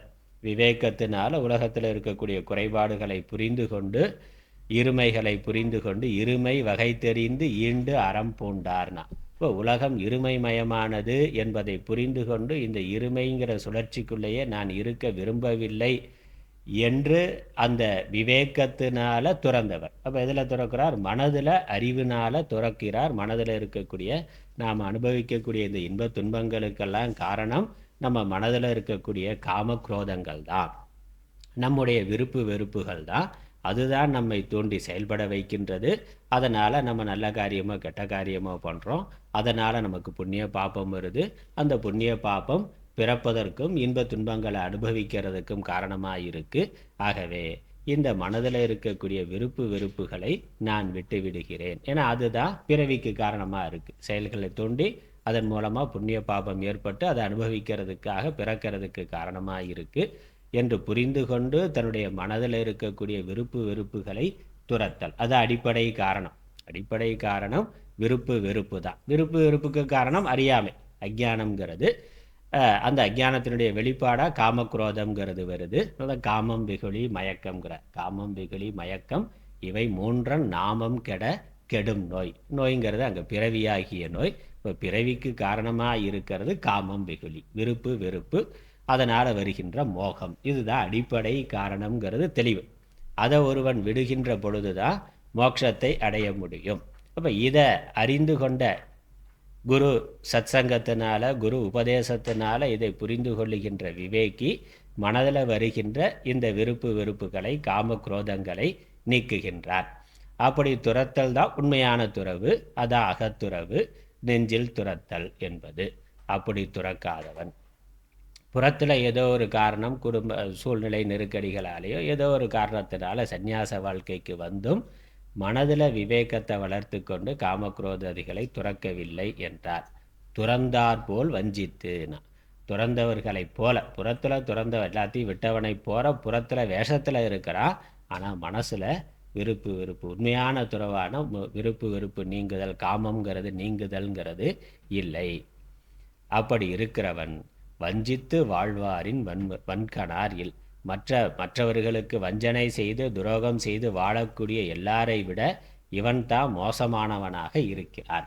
வன்கண் அப்படின்னா வன்மையான இரக்கமில்லாதவனாக இருக்கின்றான். எல்லா வஞ்சகர்களை விட மோசமான வஞ்சகன் யார்னா இந்த துறவு வாழ்க்கையில் இருந்து காம ஒழுக்கத்தில், கூடா ஒழுக்கத்தில் இருப்பவன் தான்னு சொல்கிறார். ஏன்னா அதற்கு ஒரு காரணம் சொல்கிறார். இது இல்லறத்தில் இருப்பவர் துறவிக்கு உணவு முதலானவை கொடுத்து உதவுதல் மறுமையில் நாம் புண்ணியம் அடைவோம் என்ற நம்பிக்கையிலே ஆம். ஏன் இல்லறத்தில் இருக்கிறவர்கள் துறவியை, ஏன்னா அவர் எந்த வேலையும் செய்யறதில்ல. துறவியாக இருக்கிறவர், சாமியாராக இருக்கிறவர் வெறுமனே சாப்பிட்டு தூங்கிட்டு இருக்கிறார் அல்லது தபஸ் பண்ணுறார், ஏதோ பண்ணுறார். ஆனால் தொழில்னு ஒன்றும் பண்ணுறதில்ல. அவருக்கான சாப்பாட்டுக்கான உணவு உடைக்கான வேலையை அவர் செய்யறதில்லை. பிக்ஷை வாங்கி சாப்பிட்றார். அவர் ஆதரிக்கக்கூடியவர்கள் இல்லறத்தில் இருக்கக்கூடியவர்கள் தான். அப்போ இரவு பகலாக இவர்கள் உழைத்து தனக்கு, தன்னுடைய குடும்பத்துக்கு என்பது மட்டும் இல்லாமல் பிரம்மச்சாரிகளுக்கு, சன்னியாசிகளுக்கு கொடுத்து அதற்கும் சேர்த்து சம்பாதித்து இல்வாழ்க்கையில் இருப்பவர்கள் இருக்கணும்னு ஏற்கனவே இல்வாழ்க்கை தர்மம் சொல்லி இருக்கு. அப்போ துறவு வாழ்க்கையில் இருக்கிறவன் எந்த தொழில் பண்ணுறதில்லை, பிஸ்னஸ் பண்ணுறதில்லை. அவருக்கான உணவு இல்லறத்தில் இருப்பவர்கள் கொடுக்கிறார்கள், கொடுக்க வேண்டும்னு தர்மசாஸ்திரம் சொல்லி இருக்கு. அப்படி கொடுக்கறதுனால என்ன நன்மை? இவர்களுக்கு புண்ணியம் வரும். இல்லறத்தில் இருப்பவர்களுக்கு அதனால் புண்ணியம் வரும். அந்த புண்ணியத்தினால மறுமையில் அவர்கள் உயர்ந்த கதியை, உயர்ந்த சுகத்தை, உயர்ந்த இன்பத்தை, உயர்ந்த நன்மையை அடைவார்கள். துறவிக்கு உணவு கொடுக்கறதுனால, துறவிக்கு தேவையானது செய்து கொடுக்கறதுனால புண்ணியம் வரும். அப்படிங்கிறதுக்கு தான் இல்லறத்தில் இருக்கிறவர்கள் துறவியை ஆதரிக்கிறார்கள். அதற்கு சாஸ்திரமும் அப்படித்தான் சொல்லியிருக்கு. ஆனால் தகுதியில்லாத, தவறான ஒருவருக்கு தானம் கொடுப்பதால் பாப்பம் உண்டாகும்னா, அந்த கொடுக்குற தானமே வாங்குறவனுக்கு தகுதி இல்லைன்னா கொடுக்குறவனுக்கு பாப்பம் வரும். வாங்கினவன் ஏமாத்துறாங்கிறதுனால அவனுக்கு பாப்பம் வருங்கிறது தனி கதை. ஆனால் கொடுக்குறவனுக்கே பாப்பம் வரும்னு சொல்லியிருக்கு. தகுதி இல்லாத ஆளுக்கு கொடுத்தா, தவறான ஒரு ஆளுக்கு தானம் பண்ணால் பாப்பம் வரும்னு சாஸ்திரம் சொல்லுது. அதனால தான் பாத்திரம் அறிந்து பிச்சை இடுன்னு சொல்லியிருக்கான். கொடுக்குற பொழுதே வாங்குறவன் அதை சரியாக பயன்படுத்துவானா அப்படின்னு தெரிந்து கொடுக்கணும். அப்படி இல்லைன்னாக்கா கொடுத்தவனுக்கும் பாப்பம் வரும். நம்ம சில சமயங்களில் ஒரு நம்பிக்கையில் கொடுக்குறோம், நம்பிக்கையில் நல்லதான் பண்ணுவான் அப்படின்னு சொல்லி ஒரு நல்ல எண்ணத்தோடு கொடுக்குறோம். ஆனால் வாங்குறவன் தவறாக அதை பயன்படுத்தினா அந்த பாப்பம் கொடுத்தவனுக்கும் உண்டுன்னு சாஸ்திரம் சொல்லுது. அதனால் பார்த்து கொடுக்கணும். அதனால் அவர் மறுமையில் அப்பாப்பத்தின் பயனையே அடைவார். தவறான ஒரு ஆளுக்கு கொடுத்தார். தானம் பண்ணுறதே புண்ணியத்துக்காகத்தான். ஒன்றும் செய்யாமல் இருந்தாலும் பரவாயில்ல, புண்ணியமும் வராமல் இருக்கும், பாப்பமும் வராமல் இருக்கும். தப்பான ஒரு ஆளுக்கு கொடுத்தாக்க அதனால பாப்பம் வரும்னா, அதனால் இவன் தப்பு பண்ணலை, ஆனால் தப்பு பண்ணுறதுக்கு சப்போர்ட் பண்ணான், அது உண்டு இல்லை.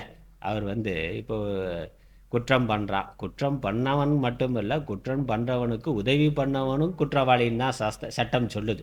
இப்போ ராஜீவ்காந்தி கொலை வழக்கில் மனித வெடிகுண்டா போன ஆளும் உண்டு. அந்த போன ஆளுக்கு உதவி பண்ணான, பேட்ரி வாங்கி கொடுத்தான்னா, அவருக்கு வெடிகுண்டு தயாரிக்கிறதுக்கு ஒரு பேட்ரி வாங்கி கொடுத்தான். அந்த தீவிரவாதிக்கு அந்த மனித வெடிகுண்டா யார் போனானோ அவனுக்கு தங்கிறதுக்கு இடம் கொடுத்தான், அவனுக்கு பேட்ரி மற்ற ஏதோ பொருட்களை வாங்கி கொடுத்தார், பண உதவி பண்ணார்னா சட்டப்படி அதுவும் குற்றம் தான். தப்பு பண்ணுற ஒருத்தனுக்கு ஆதரவு கொடுக்கறதுங்கிறது சட்டப்படி குற்றம். இப்போ தர்மசாஸ்திரத்துலேயும் அது இருக்குது. ஒருவன் தவறானவன்னா தவறானவனுக்கு ஆதரவு கொடுக்கறதுங்கிறது பாப்பம். அப்படி அவன் தவறானவனே தெரியாமல் சில சமயங்களில் பண்ணுறோம், அது வேற, அது தெரியாமல் பண்ணக்கூடிய குற்றம். ஆனால் அவனுடைய தகுதி பார்க்காம தராதரம் பார்க்காம உதவி பண்ணால் அதனால் நமக்கு பாப்பம் வரும். அதனால் தமக்கு நன்மை செய்தவருக்கு பாப்பத்தை கொடுத்தலால். அதனால் இவன் இந்த துறவி, போலியான ஒரு துறவி, போலி சாமியார் இருக்கிறாருன்னா அந்த ஒரு துறவிக்கு இவன் இல்லறத்தால் போய் நன்மை பண்ண போகிறார், ஏதோ கொடுக்குறாருன்னா அவங்க நம்பி கொடுக்குறாங்க, இவர் நல்ல சாமியாராக இருப்பார், நல்ல விதத்துக்கு பயன்படுத்துவார் அப்படின்னு பொருளை கொடுக்குறாங்க, நம்பி போகிறாங்கன்னா அந்த துறவி தனக்கு புண்ணியம் கிடைக்கும்னு உதவி பண்ண வர்றவங்களுக்கு இவன் தப்பு பண்ணுறதுனால பாப்பத்தை கொடுக்குறார். அப்போ இது பெரிய ஒரு வஞ்சனை தானே. நம்பி ஒரு புண்ணியத்துக்காக உதவி பண்ணக்கூடியவர்களுக்கு புண்ணியத்தை கொடுக்கலை, ஆசீர்வாதம் பண்ணலை, அவர்களுக்கு ஒரு பாப்பத்தை கொடுக்கிறாருங்கிறதுனால இதை விட மோசமான வஞ்சனை உலகத்தில் கிடையாதுன்னா. அதனால் வஞ்சித்து வாழ்வாரின் வன்கணார் என்கிறார். அவரை போகிற இரக்கம் இல்லாதவர், ஏன்னா அவருக்கு மட்டும்தான் தெரியும் அவன் தப்பு, இவன் தப்பாக பயன்படுத்துகிற போகிறான், தப்பாக பயன்படுத்துறதுங்கிறது இந்த துறவி, போலி துறவிக்கு தான் தெரியும், மற்ற யாருக்கும் தெரியாது. அப்போ மிகப்பெரிய கபடமாக இருந்து அவன் குற்றம் செய்கின்றான். அதனால் வஞ்சித்து வாழ்வாரில் வன்கணார் இல்னு சொல்லியிருக்கு. இதற்கு ஒரு பாட்டு உதாரணமாக பரிமேலழகர் காட்டுகின்றார். சிவக சிந்தாமணியிலிருந்து ஒரு பாட்டு, முக்கி இளம்பனம் இருக்கு, முக்தி இளம்பகம். இந்திரிய நிகிரகம் பொறியடக்கம் இல்லாதவர்களுக்கு கொடுத்த தானத்தின் பயனாலே. இந்த தவம் செய்கிறவர், அவர் தான் இந்திரிய நிகிரகம், புலனடக்கமுடையவர், மன அடக்கமுடையவர், பெரிய தபஸ்வியாக இருக்கிறார். ஆனால் அது இல்லாதவர்களுக்கு, தபஸ்வி வேடத்தில் இருக்கிறவர் தபஸ்வியாக இல்லாதவர், அது புலனடக்கம் இல்லாத ஒரு தப்பான ஆளுக்கு கொடுக்கக்கூடிய தானத்தினுடைய பயனாலே, தானம் கொடுத்தவர்கள் யார் அந்த தானத்தை கொடுத்தானோ, தப்பான ஆளுக்கு கொடுத்தானோ, அவன் மனிதர் உடம்பு மனுஷன் உடம்பாக இருக்குமா, விலங்கின் முகமுமாய், விலங்கோட முகத்தோட அவர் வேறுபாடு உடையவர்களாக சமுத்திரத்தின் நடுவே உள்ள தீவுகளில் பிறந்து உதிர்கின்ற கனிகளை உண்டு வாழ்வர் அப்படின்னு சீவக சிந்தாமணி நூலில் முக்தி இளம்பகத்தில் அது சொல்லி இருக்கு. அப்போ தானம் அவன் வாங்கி ஏமாத்தினவனுக்கு என்ன தண்டனைங்கிறது அது தனி, அதை இங்கே சொல்லலை. ஆனால் கொடுத்தவனுக்கு என்ன வரும்னா, தப்பான அவர் ஆளுக்கு உதவி பண்ணவனுக்கு என்ன தண்டனை வரும்னு சாஸ்திரம் சொல்லுது. அதனால் இது அப்படி நம்பி வரக்கூடியவர்களுக்கு புண்ணியம் கிடைக்குன்னு உதவி பண்ண வரக்கூடியவர்களுக்கு பாப்பத்தை கொடுக்கறதுனால, பாப்பம் ஏற்பட செய்கிறதுனால இந்த துறவியை, போலி துறவியை போல, கூடா ஒழுக்கத்தை உடையவனைப் போல ஒரு வஞ்சகன் இல்லை அப்படின்னு கடுமையாக சொல்லி இருக்கிறார். அடுத்த பாட்டு. புறங்குன்றி கண்டனையரேனும்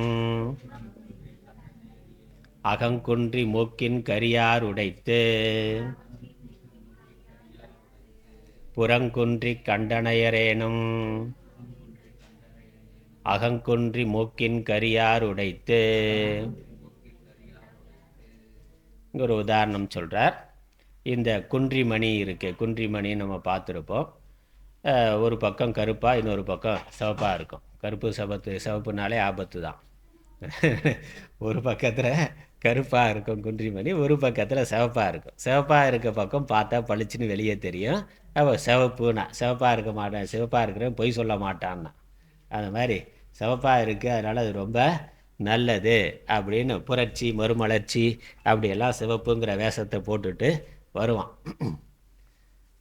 ஆனால் உள்ளே என்ன இருக்குது? எல்லாம் கருப்பாக. இன்னொரு பக்கத்தில் பார்த்தா அது கருப்பாக இருக்கின்றது. அந்த மாதிரி இந்த துறவி அகங்குன்றி மூக்கின் கரியா, அந்த மாதிரி புறங்குன்றினா குன்றி புறம்.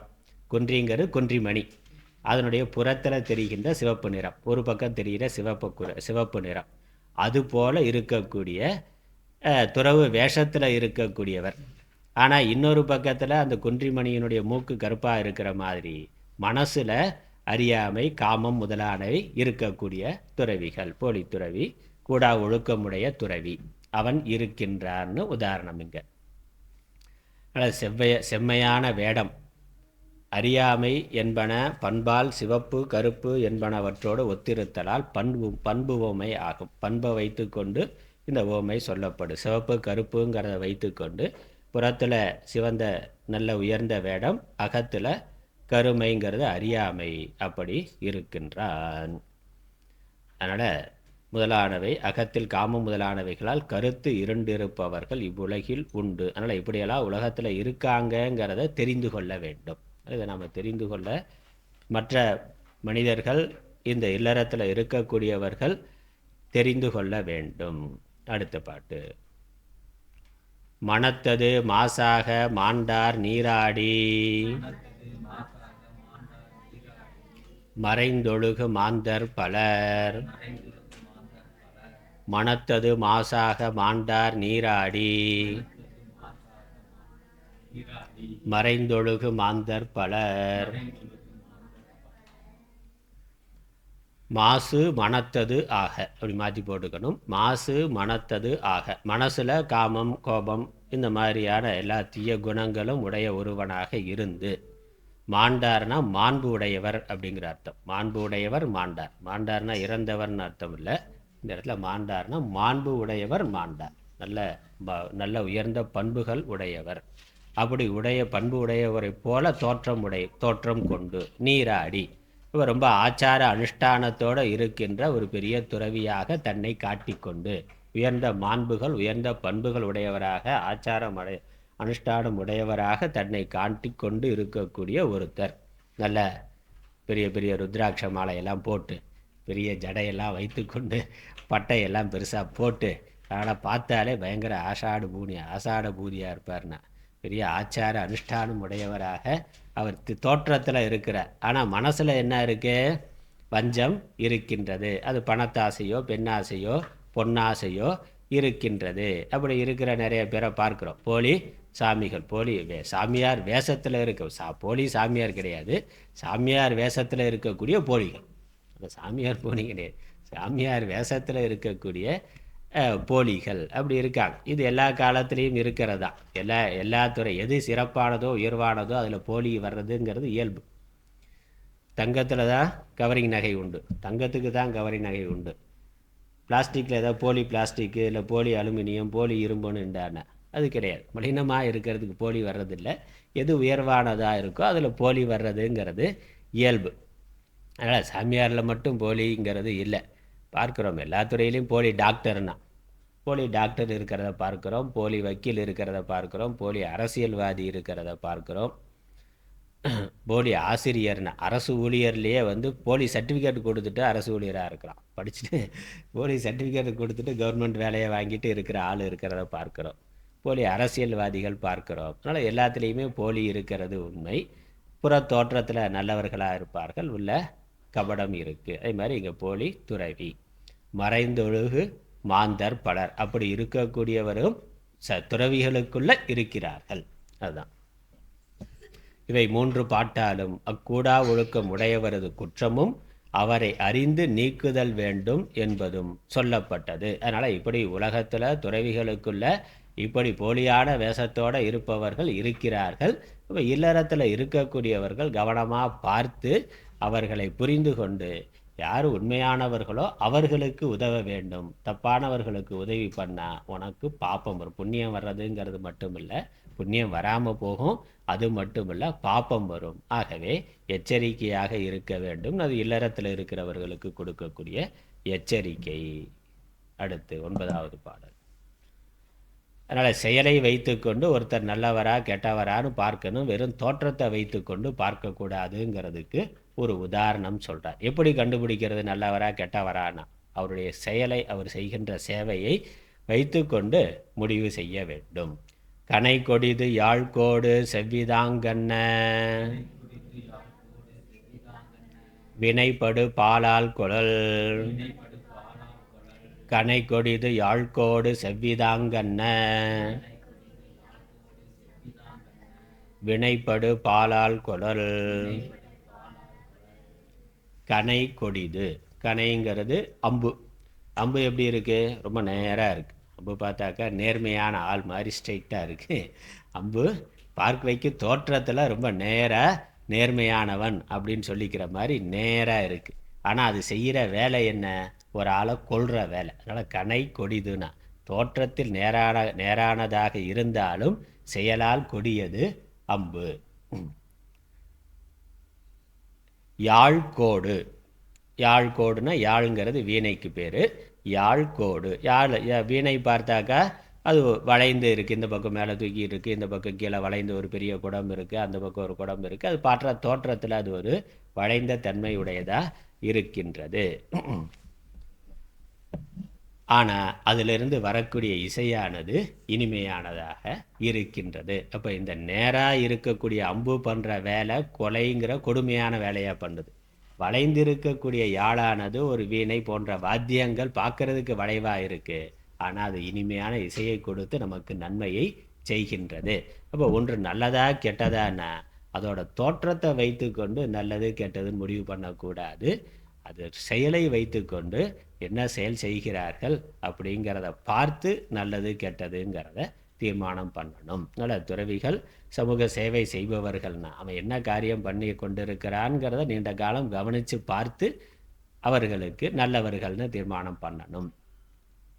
அதான் இங்கே புறத்தோற்றத்தால் அல்லாமல் பாப்ப புண்ணிய செயல்களை கொண்டு தவத்தோரை அறிதல் வேண்டும், அறிய வேண்டும். உதாரணம் எப்படி கண்டுபிடிக்கிறதுன்னா, கொஞ்ச நாள் அவர்களை கவனித்து பார்த்து தொடர்ந்து நல்ல விதமான சமூக காரியங்களை செய்து கொண்டு இருந்தால் நல்ல ஞானத்தோடு இருக்கிறார்கள், நல்ல ஆச்சார அனுஷ்டானத்தோடு, உண்மையான ஆச்சார அனுஷ்டானத்தோடு இருக்கிறார்கள்னு பார்த்து உதவி செய்ய வேண்டும். அடுத்த பாடல், இறுதி பாடல். இது இருந்தால் இப்போ இது அகத்துறவு புறத்துறவு ரெண்டில் எது முக்கியமானது என்று கேட்டால் அகத்துறவு தான் முக்கியமானதுன்னு சொல்லி முடிக்கிறார். மழித்தலும் நீட்டலும் வேண்டா உலகம் பழித்ததொழித்து விடின். மழித்தலும் நீட்டலும் வேண்டா உலகம் பழித்ததொழித்து விடின். மழித்தல்னா மொட்டை போட்டுக்கிறது, மலிக்கிறது, தடையை மலிக்கிறதுனா கட்டிங் சேவிங், மொட்டை போட்டுக்கிறது. சன்னியாசினா எப்படி இருக்காருனா ஒன்று மொட்டை அடிச்சுட்டு மொட்டையாக இருக்கிறார், அல்லது நீட்டல்னா எந்த மொட்டையும் கட்டிங்கே பண்ணாமல் சலூன் பக்கமே போகாமல் நீண்ட தாடியோட ஜடாமுடி வளர்த்து கொண்டு இருக்கிறார். அல்ல முடியை வளர்த்து கொள்றதுங்கிறது அது ஒன்று. ரெண்டு விதமாக இருக்குது. எதை வேணாலும் அவர் சங்கல்பம் பண்ணி கொண்டு எப்படி இருக்கிறாரோ அப்படி இருக்கலாம். ஒன்று மொட்டையாக இருக்கணும், இல்லைன்னா முடி வளர்த்து கொண்டு இருக்கணும். நடுவில் கிராப் வெட்டிட்டு மாடை அப்படிலாம் இருக்கக்கூடாது. அதனால் இல்லறத்தாளில் இருக்கிறவர்கள் அவர்கள் எப்படி வேணாலும் சிகை அலங்காரம் பண்ணிக்கொள்ளலாம். இந்த சிகை அலங்காரத்துக்கு அதிக முக்கியத்துவம் கொடுக்கக்கூடாது அப்படிங்கிறது தான் அதனுடைய குறிக்கோள். அதனால் மலித்தல்னால் ஒன்று மொட்டையடித்து கொண்டு அனைத்தையும் துறந்தவராக விட்டவராக இருக்கணும். ஏன்னா இந்த மனிதனை ரொம்ப அழகுபடுத்துறது முடிங்கிறதுலேயே ஒரு பங்கு உண்டு. அழகாக இருக்கிறதுங்கிறது முடி, அதில் முடி அலங்காரம் அப்படிங்கிறதே அதில் தானே மேக்கப்புக்கு அவ்வளோ செலவு பண்ணுறான். இல்லை ப்ரைடல் மேக்கப் அது வேறு. கல்யாண பொண்ணு கல்யாண மாப்பிள்ளைன்னா அப்போ பண்ணக்கூடிய மேக்கப் இருக்கே, அதேக்கே பல ஆயிரம் செலவு பண்ணிக்கிட்டு இருக்கான். அப்புறம் அடுத்த நாள் தான் உண்மையான முகம் தெரியும். கல்யாணம் பண்ணிவிட்டு வீட்டுக்கு போனது தான் தூங்கி எந்திரிச்ச உடனே பார்த்தா தான் உண்மையான முகம் தெரியும். இவர் தானா சந்தேகம் வந்துடும். நேற்று கல்யாணம் பண்ணது இந்த பொண்ணை தானா இல்லை வேறு யாரும் அப்படின்னு சந்தேகம் வர அளவுக்கு மேக்கப் போடுறான். அப்போ மேக்கப்பில் தான் இருக்குது உலகம். அப்போ மேக்கப்புக்கு முக்கியமாக உதவியாக இருக்கிறது முடி. அதனால் சன்னியாசி இந்த மேக்கப்புக்கு அதிக முக்கியத்துவம் கொடுக்கக்கூடாதுங்கிறது தான் ரெண்டு. ஒன்று ஜடையை வளர்த்துது சாமியாராக இரு, இல்லை மொட்டையை அடிச்சுட்டு சாமியாராக இருன்னா. இது துறவிக்கான ரெண்டு. இதுக்கு நடுவில் கிராப் வச்சுக்கிறதுங்கிறது இல்லை. அப்போ இது துறவிக்கான ஒரு அடையாளமாக இருக்குது. ஆனால் அதை விட முக்கியமானது உலகம் பழித்தது ஒழித்து விடேன். புற உலகத்தில் இந்த உலகம்ங்கிறது பெரியோர்கள் உயர்ந்தவர்கள் அவர்கள் சொன்ன இந்த காமம் முதலானவைகளை விட்டுவிட்டால் புறத்தில் இந்த மழித்தல் நீட்டல் இருக்கணுங்கிற அவசியம் இல்லை. அப்போ இல்வாழ்க்கையிலேயே அவன் துறவி மாதிரி இருக்க முடியும் காமம் முதலானவைகளை வென்றவனாக இருந்தால். துறவு வாழ்க்கைக்கு வந்தும் இந்த மழித்தல் நீட்டெல்லாம் வைத்துக்கொண்டு துறவி வேஷத்தில் இருந்தாலும் இந்த காமம் முதலானவைகளை நீக்கவில்லை என்றால் அதனால் பயன் இல்லை. அதனால் தவத்தோர்க்கு சிறப்பு அறம் அல்ல என்று சான்றோர் விளக்கியதை விளக்குதலே அன்றி புற வேஷம் அல்ல. அல்ல துறவில் அகத்துறவு புறத்துறவு ரெண்டில் அகத்துறவு முக்கியமானது. அகத்துறவுக்கு சகாயம் பண்ணுறதுக்கு தான் புறத்துறவு இருக்குது. அப்படி அகத்துறவு இல்லாமல் புறத்துறவு மட்டும் இருந்தால் அது போலியானது. அதனால் நன்மை இல்லை. நன்மை இல்லைங்கிறது மட்டும் இல்லை, பாப்பம் வரும். அது கூடா ஒழுக்கம், அது விளக்கத்தக்கது. இந்த அளவில் இந்த அதிகாரத்தை கூடா ஒழுக்கம் அதிகாரத்தை நிறைவு செய்கின்றோம். ஓதற்கு எளிதாய் உணர்தற்கு அரிதாகி வேத பொருளாய் மிக விளங்கி தீதற்றோர் உள்ளுதொரும் உள்ளம் உருக்குமே வள்ளுவர் வாய்மொழி மாண்பு. ஓம் ஈஸ்வரோ குருராத்மேதி மூர்த்தி பேத விபாகினே व्योमवत्याप्तदेहाय दक्षिणामूर्तये नमः. ओं पूर्णमदः पूर्णमिदं पूर्णात् पूर्णमुदच्यते पूर्णस्य पूर्णमादाय पूर्णमेवावशिष्यते. ओं शान्ति शान्ति शान्तिः. हरिः ओम्.